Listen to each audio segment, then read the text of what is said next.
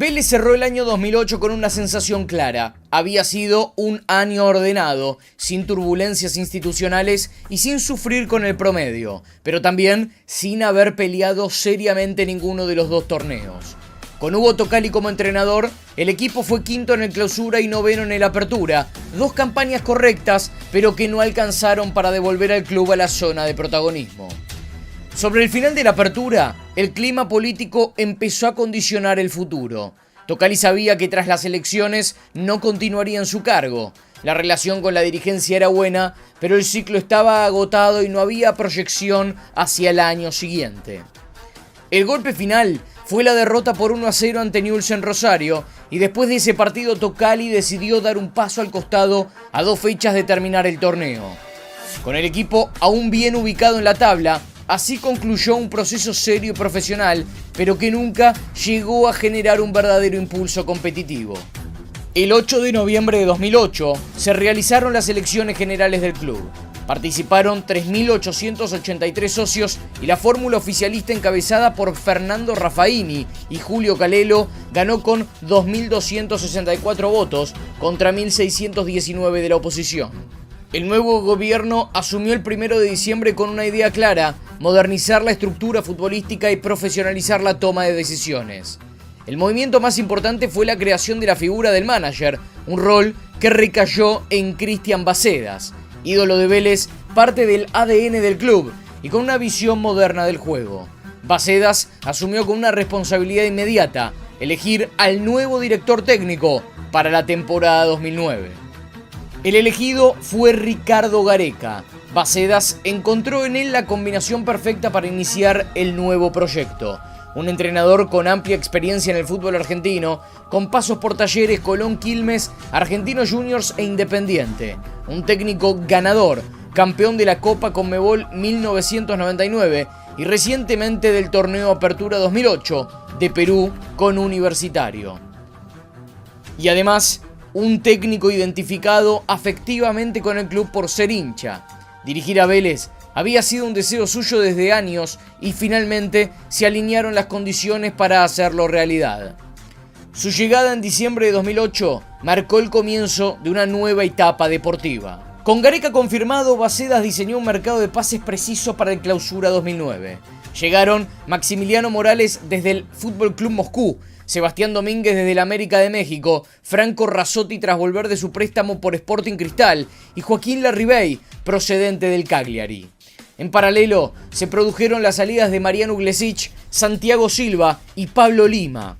Sin hacer movimientos explosivos, Vélez reforzó exactamente lo que necesitaba: jerarquía en la zaga, equilibrio en el medio campo y creatividad en ataque. Así cerró Vélez su 2008, con el final de un ciclo ordenado pero sin proyección, con un recambio político fuerte, con la aparición de un manager que reestructuró el fútbol profesional, con la llegada de un técnico identificado y vigente, además de un mercado de pases pensado al detalle. Ese fue el punto de partida del proyecto Raffaini Bacedas Gareca, que en muy poco tiempo iniciaría la etapa más exitosa del club en lo que va del siglo XXI. El debut de Vélez en el Clausura 2009 fue ante Independiente, que hizo de local en la cancha de Huracán. El Rorro López tuvo la más clara del partido, pero erró un penal en el primer tiempo. Fue un estreno opaco para el equipo de Gareca, que arrancó el torneo con un 0-0 tan correcto como olvidable. En la segunda fecha, Vélez recibió a Argentinos en Liniers. Ortigosa abrió el partido de penal y el conjunto de Gareca parecía irse con las manos vacías, pero sobre el final y en tiempo de descuento, Roberto Nani fue el héroe de la tarde con un tanto de cabeza, evitó la derrota en el Amalfitani. Por la jornada 3, Vélez visitó a Tigre en Victoria. El intenso equipo de Diego Caña golpeó primero con un tanto del paraguayo Ayala, pero justo antes del descanso Rodrigo López empató de penal. En el inicio del segundo tiempo, Joaquín Larribey lo dio vuelta y Vélez se llevó un valioso 2-1, la primera victoria del ciclo Gareca y un impulso clave para la confianza del equipo. Por la fecha 4 volvió al Amalfitani y tuvo su gran exhibición del torneo. Goleó 4-0 a Godoy Cruz con una ráfaga demoledora en el segundo tiempo. El Rorro López abrió el marcador, Maxi Morales metió un doblete en apenas minutos y Joaquín Larribey cerró la goleada. Fue la tarde en la que el equipo de Gareca mostró por primera vez todo su potencial ofensivo. En la fecha 5, Vélez visitó a Estudiantes en La Plata, una parada siempre complicada y ante un equipo muy fuerte en su casa. Con la expulsión temprana de Matías Sánchez, el pincha quedó con 10 y Vélez pudo sacar provecho. Darío Campo, con un zapatazo, marcó el 1-0 que sería definitivo.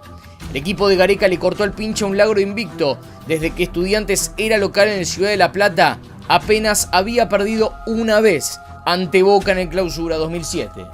En la fecha 6, Vélez recibió a River en el Amalfitani y el partido se abrió con un golazo de Cristian Villagra que puso en ventaja al equipo de Pipo Gorosito. Pero la respuesta de Vélez llegó rápido y con una joya. El Rorro López lo empató de chilena. Más tarde llegó la expulsión de Jonathan Cristaldo y el partido se cerró en un 1-1 intenso y muy peleado. En la jornada 7, Vélez visitó a Rosario Central en el Gigante de Arroyito en un clima pesado porque Central peleaba la permanencia y cada punto valía oro. A los 16 minutos, Joaquín Larribey abrió el marcador con una buena definición dentro del área, pero en el segundo tiempo Milton Caraglio empató para el equipo de Mostaza Merlo. Terminaría 1-1, un empate lógico en una de las canchas más bravas del torneo. Por la fecha 8, Vélez recibió al Banfield de Julio César Falcioni, un elenco siempre duro y ordenado. Rodrigo López abrió el partido justo antes del entretiempo, pero en el complemento Nicolás Bertolo empató para un Banfield que venía en alza. Cuando el partido parecía cerrarse, apareció Maxi Morales para el 2-1 definitivo. En la fecha 9, Vélez visitó un San Lorenzo en plena crisis. El Ciclón venía de quedar eliminado en la semana de la Copa Libertadores en fase de grupos y Miguel Ángel Russo había renunciado días antes, dejando al equipo a la deriva. En ese contexto, Vélez aprovechó el momento. El Rorro López convirtió de penal en el primer tiempo y pese a la expulsión de Fabián Cubero sobre el final, sostuvo el 1-0 en el nuevo gasómetro. Con esa victoria, por primera vez en el campeonato, el equipo de Gareca llegó a la punta del torneo. Diga Tití. No, digo que la carucha con que el Papu Gómez lo está mirando a Fanesi, lo tiene alquilado. Todos los gritos son para él.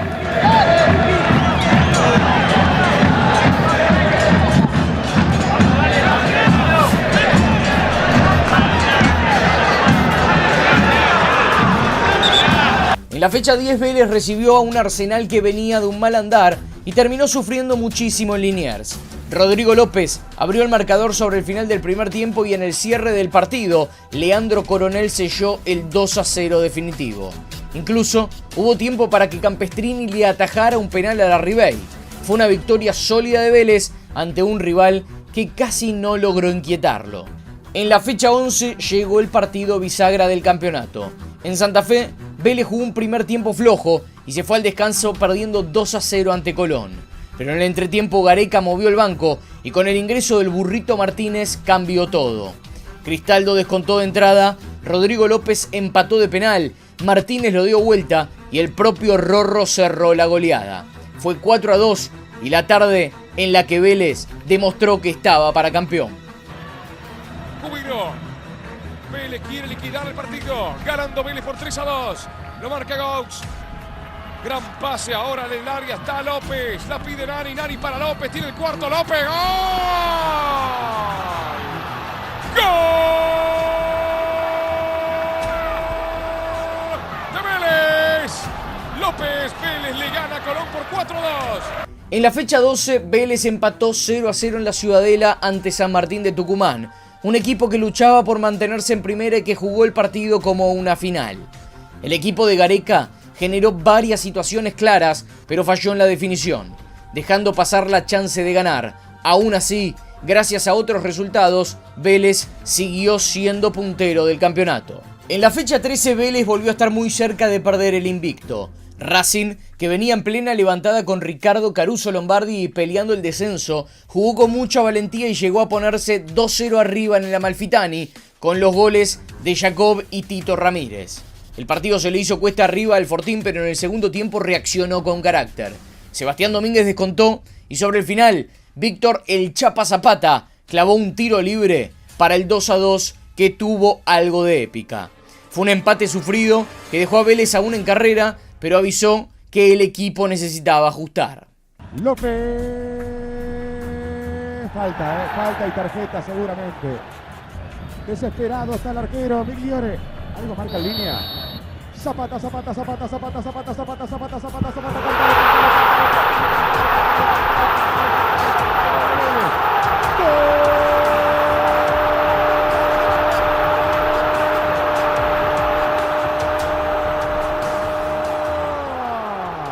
En la fecha 14, Vélez perdió el invicto en el Bosque.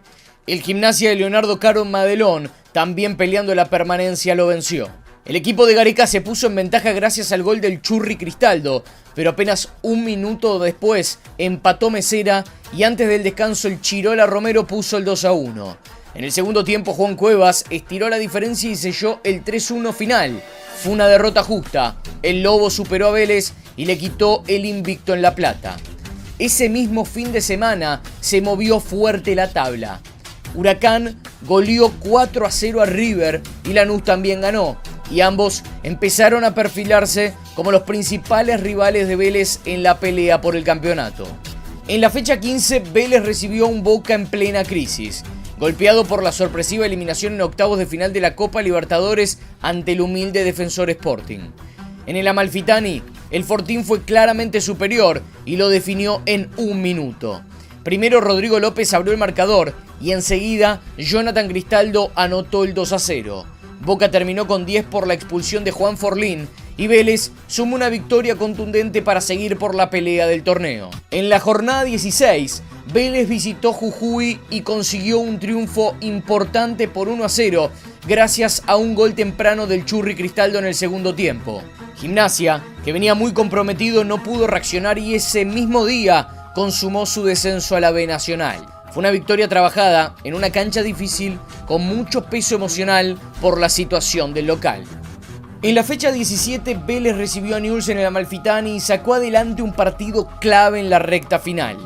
El equipo del Tigre abrió el marcador con un gol de Rodrigo López cerca del cierre del primer tiempo y en el complemento Maxi Morales amplió con una gran definición.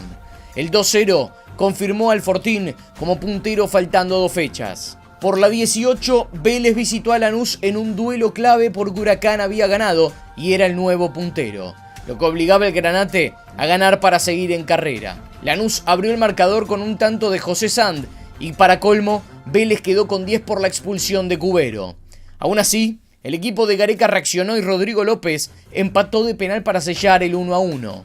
Ese resultado fue decisivo, dejó a Lanús afuera de la pelea y mantuvo a Vélez como único escolta y lo dejaba con la chance de ser campeón en la última fecha, nada menos que de local contra Huracán, el líder.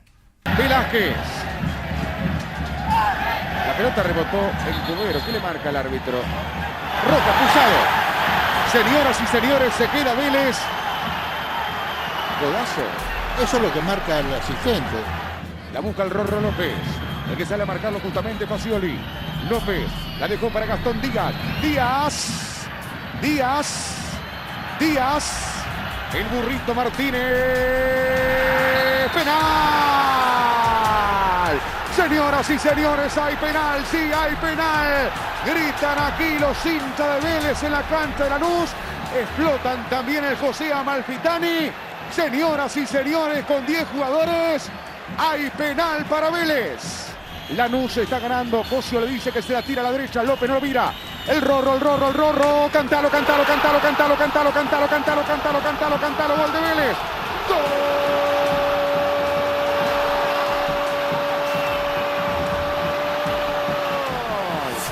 Del Fortín, gol de Vélez. A los 25 minutos y con 10 jugadores.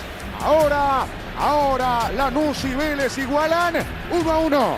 La última fecha del Clausura 2009 encontró el campeonato reducido a un mano a mano puro. Huracán, líder con 38 puntos, Vélez escolta con 37. Una diferencia mínima que convertía la final en el Amalfitani en un duelo directo. El que ganaba era campeón. Huracán llegaba como el equipo sensación del fútbol argentino. Con Ángel Capa al mando, el Globo había desplegado un fútbol estético, fluido y creativo que enamoró al país entero. Pastore, Volati, Toranzo y De Federico eran símbolos de una idea romántica y vistosa. No solo peleaba por un título, peleaba por reivindicar una forma de jugar. Por eso, gran parte de la prensa y del público neutral deseaba que el campeón fuera Huracán, por su propuesta ofensiva y por lo que generaba a nivel emocional. Vélez, mientras tanto, había construido una campaña sólida, equilibrada y seria. El equipo de Ricardo Gareca combinaba jerarquía defensiva, intensidad en el mediocampo y pegada arriba. Quizá no enamoraba como Huracán, pero transmitía algo igual de poderoso: fiabilidad. Y llegaba a la última fecha con una convicción enorme. A esta tensión deportiva se sumó un factor inesperado: la suspensión de la fecha por la gripe A, llamada H1N1. El país atravesaba un momento crítico y se decidió frenar toda la fecha, incluida la finalísima. La espera se hizo eterna. Como si no bastara, en medio se jugaron las elecciones legislativas del 28 de junio de 2009, que pusieron aún más pausa y más nerviosismo al ambiente. El encuentro comenzó a las 15:20 del 5 de julio de 2009, bajo un clima que ya era tenso desde antes del primer silbato. Y apenas arrancando el encuentro, llegó la primera polémica. Bracenas cobró una infracción inexistente de Sebastián Domínguez sobre Federico Nieto. Del tiro libre posterior, Eduardo Domínguez conectó de cabeza y convirtió, pero el asistente levantó la bandera y el árbitro anuló mal el gol, ya que el defensor de Huracán partía habilitado. Aquella fue la primera polémica seria de la tarde. A los 20 minutos, el partido se detuvo por una intensa caída de granizo que obligó a Gabriel Bracenas a suspender momentáneamente el juego. Tras la reanudación, Vélez tomó el control del mediocampo y el partido se inclinó hacia el arco visitante. Pasados los 25 minutos, Carlos Araujo derribó a Juan Manuel Burrito Martínez dentro del área. Penal claro que Bracenas sancionó correctamente. El penal lo ejecutó Rodrigo López. Monzón lo contuvo con una gran atajada. Huracán respondió antes del descanso. A los 41 minutos, Eduardo Domínguez volvió a ganar en lo alto y la pelota reventó el travesaño. En el rebote, Nieto no logró empujarla y Montoya controló. Sobre el final de la primera parte, de Federico encaró por derecha, se sacó a dos hombres de encima y remató desviado. El globo merodeaba el primero.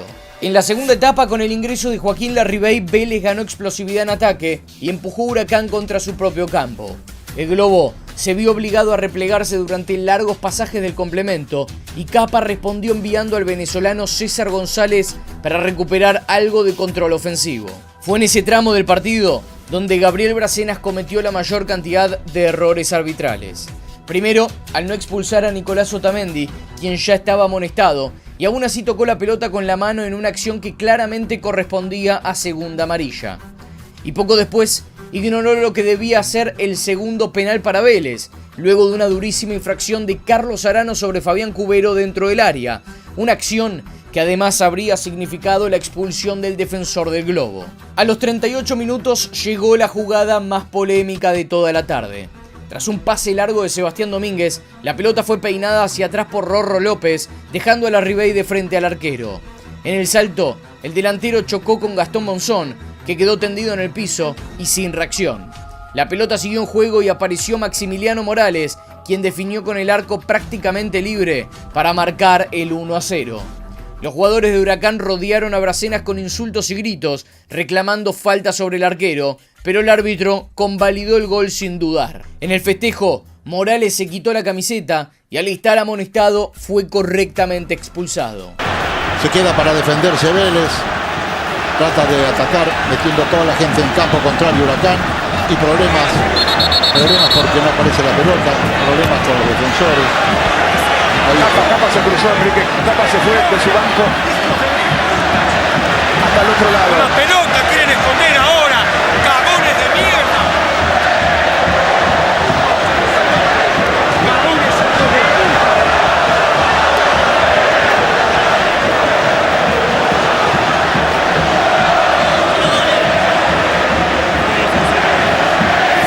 Atención con el clima. Están tirando cosas a la gente de Vélez. Faltan los balones. Esto es una complicación, no contribuye absolutamente a nada. Capa está muy nervioso. Pero acá hay un cuarto árbitro.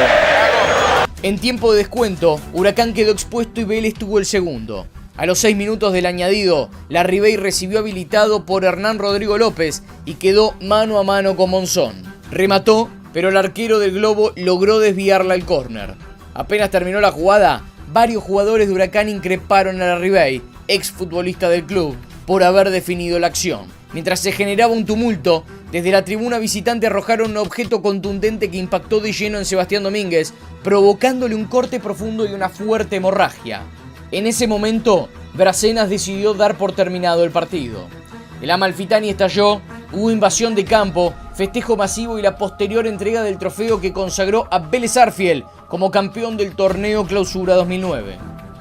En un final de película, Vélez Sarsfield escribió una de las páginas más gloriosas de su historia. El elenco de Ricardo Gareca, que había construido su equipo desde la solidez, el carácter y la regularidad, se quedó con el título en una tarde que quedará para siempre marcada en la memoria del fútbol argentino. El 5 de julio de 2009 no fue solo una final, fue un antes y un después. A partir de ese día nació una rivalidad profunda, inesperada y eterna entre Vélez y Huracán. Dos clubes que históricamente no tenían mayor antagonismo quedaron unidos y enfrentados por una cicatriz compartida, la del arbitraje de Bracenas y sus líneas, cuya actuación quedó tan cuestionada que nunca volvió a dirigir un partido profesional después de aquella tarde. Mientras el Amalfitani celebraba la vuelta olímpica y el inicio de la era Gareca, en Parque Patricios se instalaba un sentimiento que con los años se transformaría en identidad. La herida de Clausura 2009, la convicción de haber estado cerca de una gloria esquiva y el recuerdo de un árbitro que marcó el destino de ambos. El campeonato quedó en Liniers. La rivalidad para siempre quedó en el fútbol argentino.